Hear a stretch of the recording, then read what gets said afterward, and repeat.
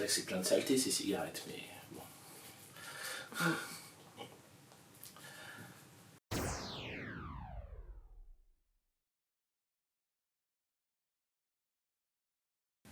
Ok. On est à l'ère du New Age en ce Oui. moment. Le New Age, vous expliquez que vous l'associez à une vision syncrétique de la foi, un mélange de bouddhisme, de synchronicité jungienne et de confiance dans son intuition. Vous dites également que c'est une spiritualité étendue basée sur des données surtout affectives et émotionnelles. Vous voulez dire quoi par là? Alors, je pense que cette analyse du New Age,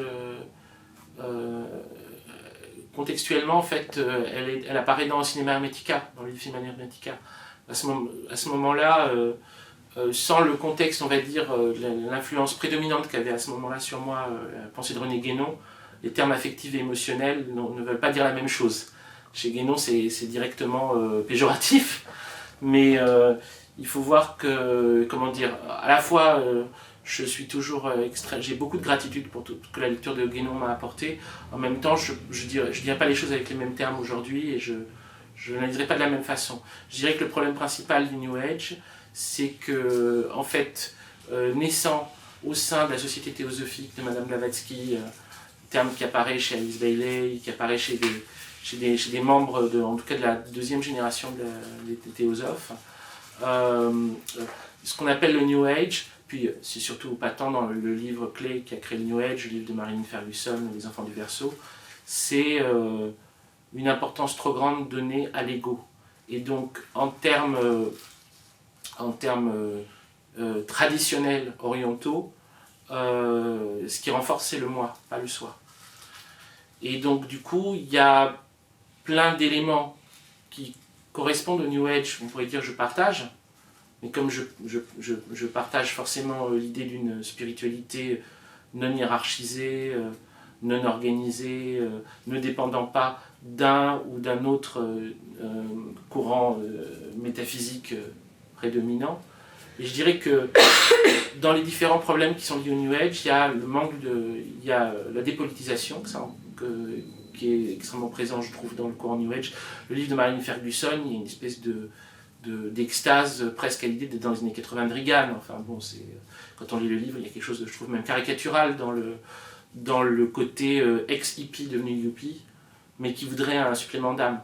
Et ça, pour moi, c'est rédhibitoire. C'est absolument rédhibitoire. C'est-à-dire que si la spiritualité qu'on acquiert n'acquiert pas, n'entraîne pas aussi un rejet et un dégoût face à l'injustice patente de ce monde et à la corruption incroyable des gouvernements et à tout ça, alors je dirais que c'est une spiritualité un peu trop de l'ordre de la consolation personnelle et qui serait aussi beaucoup trop dans l'idée que le monde est initialement harmonieux et que donc on doit retrouver cette harmonie initiale du monde, et pas assez que la beauté résulte toujours d'un travail, d'une conquête. Bien sûr, si dans le New Age on entend l'écologisme, dans le New Age on entend le végétarisme, oui, évidemment, je partage tout ça. Si on y entend l'intérêt pour toutes les cultures traditionnelles, oui, je partage tout ça. Il y a des points communs entre le New Age et le manichéisme, dans le sens où dans le manichéisme de Mani, il y a l'idée de rechercher dans toutes les spiritualités, dans toutes les religions, les éclats de lumière laissés par la divinité, et qu'en fait il n'y a pas un homme, pas un courant de pensée qui ne contienne pas un élément lumineux, que la quête du manichéen, ou du disciple de Mani, ou du sang-roi, de toute façon, est d'aller chercher ces éclats de lumière, et d'aller ouvrir pour que la lumière prenne le dessus sur les ténèbres partout, sans a priori, sans dire ah non, ça c'est pas traditionnel donc j'en veux pas. Il faut pouvoir voir partout ces éléments-là. L'autre élément aussi qui fait que j'ai fait un pas de côté par rapport à la fois à Nietzsche et à Guénon, c'est aussi la question politique, c'est sûr. Et ça en fait, la question politique, c'est déduit à la fois des éléments qui sont passés dans ma vie et aussi d'une lecture possible à la fois de la parole de Mani et de celle de Jésus et des 100 rois. Donc la façon dont Philippe Cadic, dans son exégèse, a vraiment remis les choses au clair, pour moi, est évident que il y a une convergence totale entre la spiritualité des 100 rois et la spiritualité de Jésus et une politique émancipatrice qu'on attribue en général à la gauche ou à l'extrême gauche, ou à l'anarchie même, puisque c'est avant tout anti-hiérarchique. Je prends jamais que l'exemple lié au christianisme parce que c'est celle où j'étais baptisé. Alors les gens vont dire ouais, tu parles jamais de machin, mais c'est parce que bon, c'est pas à moi de, je vais pas m'autoriser sur le judaïsme, sur l'islam. Je n'en ai pas les moyens, ni intellectuels, ni historiques. Et donc pour les religions qui ne sont pas celles dans lesquelles je suis né, je me contente de voir ce qui m'y parle. Mais pour le christianisme, ayant été baptisé orthodoxe, copte, machin, je pense que je peux avoir un regard vraiment plus critique. Et donc je peux regarder ce qui se passe au niveau du christianisme et je vois à quel point ils sont quand même dans les choux. C'est quand même une histoire bizarre qu'ils traversent. Alors, est-ce que ça va marcher leur truc? Je crois pas. Je crois pas que en tout cas les églises chrétiennes organisées ont un grand avenir devant elles. Ça me paraît pas gagné cette histoire. Le catholicisme c'était assez curieux avec un pape qui décide d'arrêter, des boules derrière. Là il est en train un peu de revenir. C'est bizarre, est-ce qu'on va faire un truc à 2 papes? Pourquoi pas? 3 papes, 4 papes, pourquoi pas? La multiplication des papes, ce serait une idée. Pour l'orthodoxie, je crois pas qu'en Grèce ça a beaucoup d'effets. Dans le monde oriental d'où je viens, enfin dans le monde Moyen-Orient, ils sont plutôt persécutés qu'autre chose. S'il y a une religion d'aujourd'hui, c'est le New Age. Et les tentatives de réinstaurer les anciens monothéismes ne se font jamais sans finalement une part de New Age, c'est-à-dire une part de développement personnel, c'est-à-dire une part d'articulation compliquée entre santé, écologie et spiritualité. Et pour moi, ce qui me gêne, c'est d'en avoir une qui serait trop en harmonie, en accord avec un monde contre lequel il faut combattre, c'est-à-dire quelque chose qui fasse l'économie d'une relation politique forte, et une autre qui pourrait naître d'une relation entre politique et spiritualité, à savoir qui pourrait se rendre compte que s'il y a une véritable application de la pensée de Jésus, la pensée de Mani, la pensée de tous ceux qu'on a appelés gnostiques, manichéens, cathares, etc., elle se joue dans une articulation entre spiritualité et politique. Et cette articulation-là, elle se joue sur un désir de plus grande justice, de plus grande égalité. On a considéré les cathares comme aussi une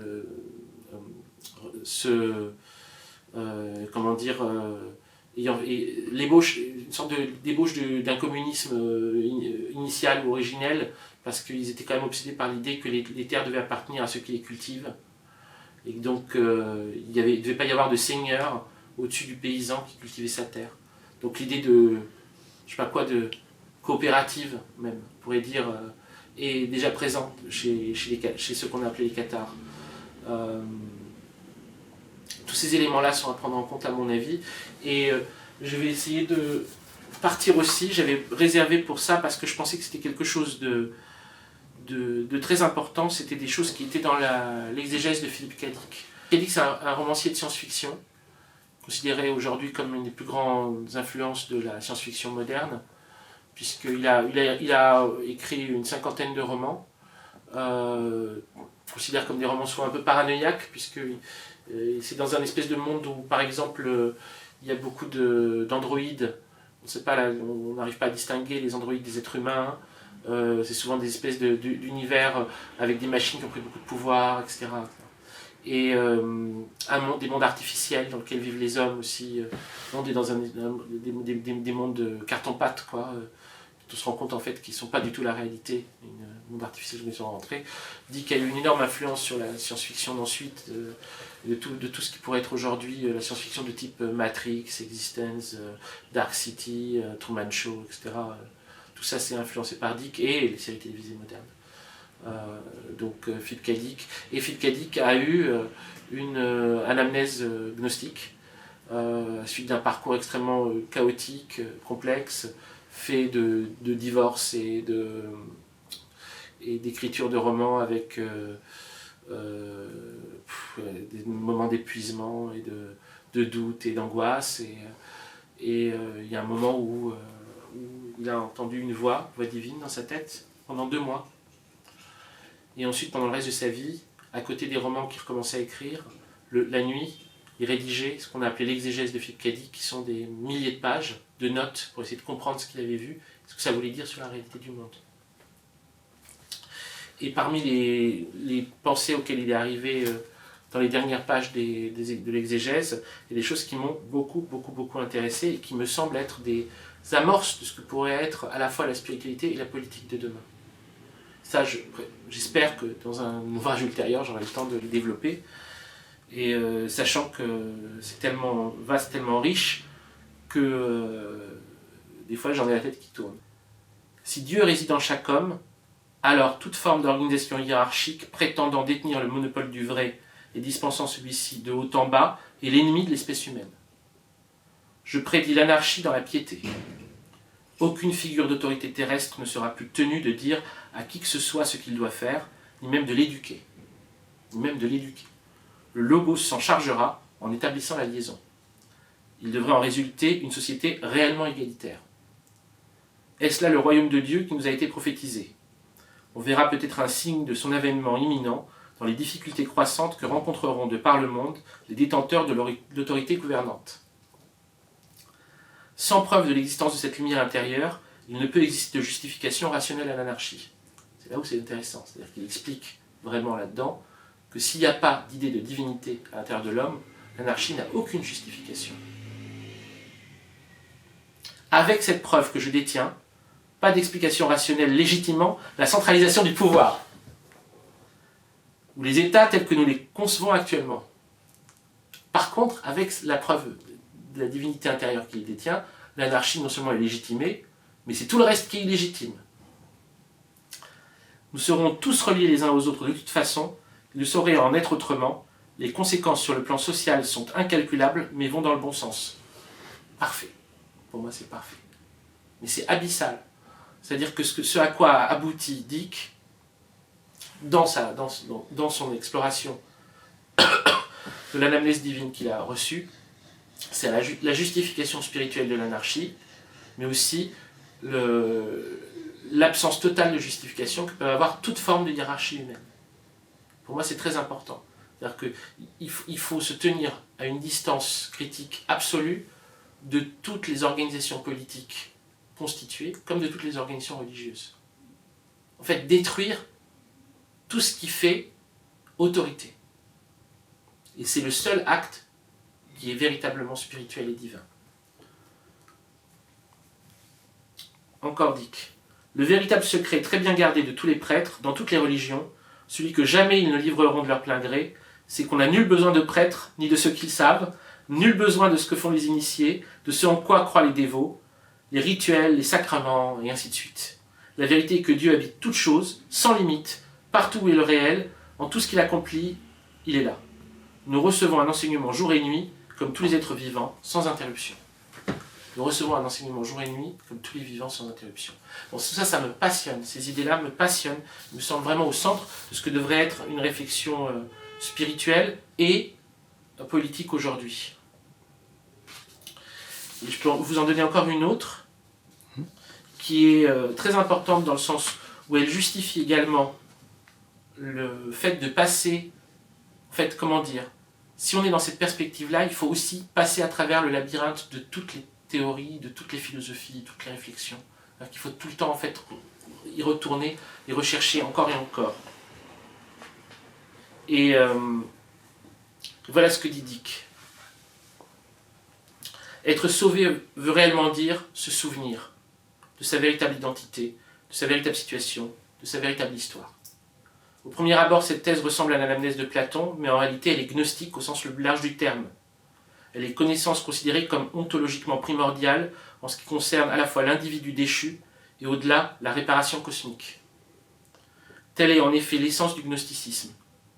Non pas la gnose en tant qu'elle entraîne la rédemption, mais pour sa valeur et sa signification ontologique, sa nature absolument primordiale, en tant que chose première. Connaissance avant toute chose. Ainsi, en dernière analyse, le gnosticisme accorde-t-il la priorité la plus élevée au fait de connaître et considère-t-il l'épistémologie comme l'égale du divin? En effet, la quête gnostique épistémologique est en elle-même en tant que recherche véritablement divine. Ce qui est divin, c'est de rechercher. C'est là où on est véritablement divin, c'est en tant qu'on est épistémologue, on devient véritablement divin. C'est fou, c'est très dingue ce que explique Dick. C'est l'assise la plus élevée de la vie spirituelle. Et telle est ma vision de l'épistémologie. Rien n'est plus important à mes yeux. Si le gnosticisme est donc pour moi le but inexorable, c'est que la prémisse du gnosticisme est celle où s'ancre ma vie mentale. Ainsi, pour moi, dire que le gnosticisme est la solution revient à énoncer une tautologie.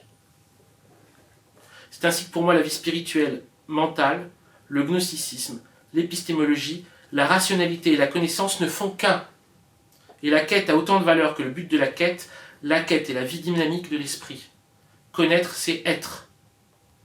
D'où l'exégèse, elle est le dynamisme même de la vie.